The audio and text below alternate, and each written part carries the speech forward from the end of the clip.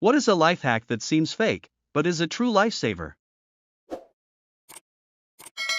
If you stand up too fast and your head starts to spin/rush/blackout, tighten your abs as hard as you can and it'll help drastically reduce the head rush. You can also do it preemptively to help stop it before it even happens. Turn your device on and off before contacting tech support. If you get food/grease stains on your clothes, cover the stain with dishwashing liquid. The stain will come off when you wash your clothes. If your ring gets stuck on your finger, Windex will slide it right off. Worked at a jewelry store for 5+ years. Use whitening toothpaste and a little water with a paper towel to clean stained dry erase boards. It easily removes ink and doesn't spread it around like rubbing alcohol. Works on boards that have been stained for years. Use shaving cream as anti-fog. I used it on the inside of my motorcycle visor. Smear it on, let it dry, then rinse off and dry. It also works for bathroom mirrors. You can use it on a small spot so you can still see when you get out of the shower. You can do the Heimlich maneuver on yourself. Use a chair or countertop, press yourself against it, right under your rib cage, and press down hard. Should force air up and dislodge a blockage. True lifesaver. If you are ever attacked by a dog, push your forearm into the bite. This pries the jaws apart and prevents them from clamping down. If a dog is attacking you, the best thing you can do is offer your forearm, push as far back as possible, and then grab the dog by the scruff of its neck with your other hand to hold it. The dog is now functionally muzzled and you have control of its head. The sooner and harder you push into the bite, the less damage the bite will do. When it is icy or going through somewhere wet, always have both hands free to break any fall. When working with a job you know is safety hazard, always be on the lookout. My coworker broke her wrist because someone forgot to put the pallet in the correction location.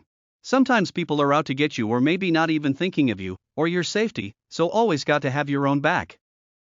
That rubbing alcohol removes chewing gum. I'd go through a 20-layer deep marketing funnel to get to that tip because it really does work. Also wow. Rubbing vegetable oil, or any cooking oil, on your hands after you cut up jalapenos or other hot peppers. It gets rid of the awfulness that would normally be left on your hands from the peppers. I rub my hands with oil and then wash it off with dish soap. I can totally remove my contacts after doing this. It's crazy how well this works. Put your onion in the freezer for 10 minutes before chopping it. It freezes the juices just enough to slow down the process of it turning into a gas, giving you a few minutes to chop the onion without tears. I learned this tip from a kids' science show years ago and I haven't had to deal with onion tears since. So many people don't believe me, and then are genuinely surprised when it works.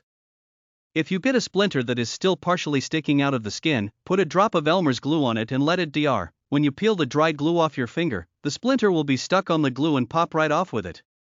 Clean jewelry with dish soap. Since other cleaning supplies might scratch it, like hand soap or anything that exfoliates, or chemically react with the metals, usually that's harsh cleaning supplies, and dish soap is intended to clean glass and ceramic without scratching it and silverware without reacting with the metal, etc.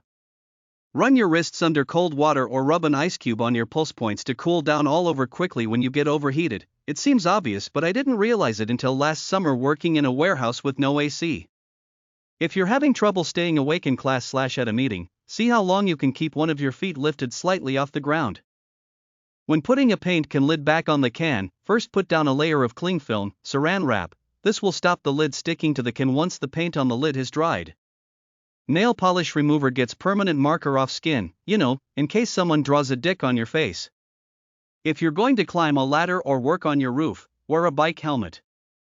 All your kindling for a fire is wet and all you have is matches and snacks. Any corn chip will light into a ball of flames. During pollen season, rinse your hair before bed, otherwise you're just depositing pollen on your pillowcase every night and then rolling your face in it all night, and then multiply that by how many nights you use the same pillowcase. Got fridge hard butter and you want to bake cheese, grate it. It will still be work if you're hand mixing, but it's better than trying to chop it. Microwaves exist, but it sucks when the butter splits. Eating candied ginger helps with nausea. Any ginger really, but candied ginger is much better tasting. Edit. I see this really got people talking. Glad to see other remedies are helping, and the community giving each other tips. Thanks for the award and be excellent to each other. Second edit. Chronic nausea is a different animal and I hope those suffering with it get medical help. Ginger isn't a cure for all nausea, and lots of things can cause it, such as vertigo, which is an obnoxious thing too. Having ginger won't help. I have that, and it's no fun. I use ginger for migraine nausea myself, which I also get. Counting really slowly with the goal of reaching 150 is a decent way to fall asleep. If you have any thoughts during it, just let them play out, and if you forget what number you're on, just go from what you last remember. If you make any major movements, just start again. The goal is to force your brain into slowing down and not having any jerky motions or thoughts, and eventually reaching such a level of carelessness that you eventually fall asleep without realizing. Helped me quite a few times, especially with rain sounds. Hope it helps some of you too. Mosquitoes bites be gone. This hack is the most valuable thing I've learned in my whole life. Heat of the back of a spoon with hot water, then apply the back of the spoon to the bite. I usually do it twice for good measure. The spoon needs to be hot enough to keep on the skin without burning yourself, so test the heat before you press it down. Keep it on until the heat dissipates. Bite will stop itching almost immediately. Usually the bite hot completely disappeared within an hour. This only works with mosquitoes from my experience. 25% of 18 is the same as 18% of 25. Percentages are reversible and one is easier to figure out than the other one. Crayons are flammable and will provide about an hour of light as a candle if you lit the top. If you've written on a dry erase board, or any glossy surface, with a permanent marker, like a Sharpie, just draw over it with a dry erase marker and it will wipe right off.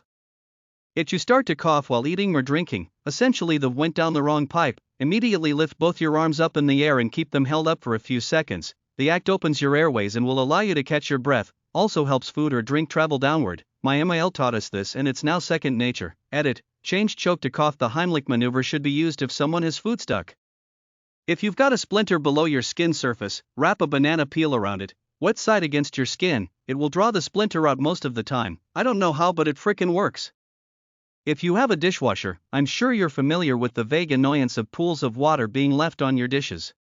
After the cycle is done, grab a clean towel and hang it flat on the inside of the door and close gently. Don't slam it. It's okay to be open a crack still, and wait about 30 minutes. Your dishes will be completely dry. Edit.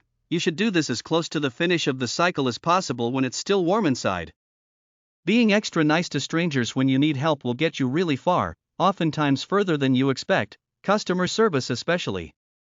Use a pop socket to hang jewelry on a flat wall/bed frame. I use it to hang my necklace up every night. Sounds stupid, but it's right next to where I sleep, so if I forget to take it off I don't have to get up, and it hasn't tangled once since I started using it. Saves the hassle of untangling a tiny chain. Plus you can't get cool looking ones to match whatever, and depending on the quality, they could last years. Mine fell off my phone case, so I stuck it to my bed frame over a year ago. I've had to remove it once, still stuck there, still does its job. If your car is overheating, turn your heat on full blast. When you turn the heat on in a car, it pulls heat from the engine into the cab, thus cooling the engine. I was taught this in driver's ed. 23 years ago, when in high school my buddy's car would run really hot, I told him to turn the heat on. He wouldn't. I had to convince him it was true by saying I would pay for resulting damage if the temp didn't go down. It was the winter time, and that heat was so dang hot we had to roll the windows down. But we watched his engine temp drop. I don't believe it's especially uncommon, but if no one ever told you, it would seem counterintuitive. A few things as a response to some common comments. This doesn't work on electric cars. Depending on your mechanical issue, it may not work at all. It has worked for a lot of people with evidence in this chain. Those junior to me learned this from Derry of a wimpy kid.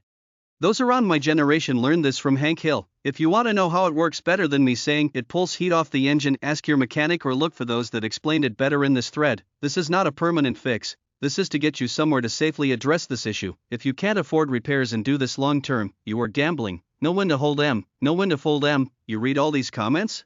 I hope you have a great day.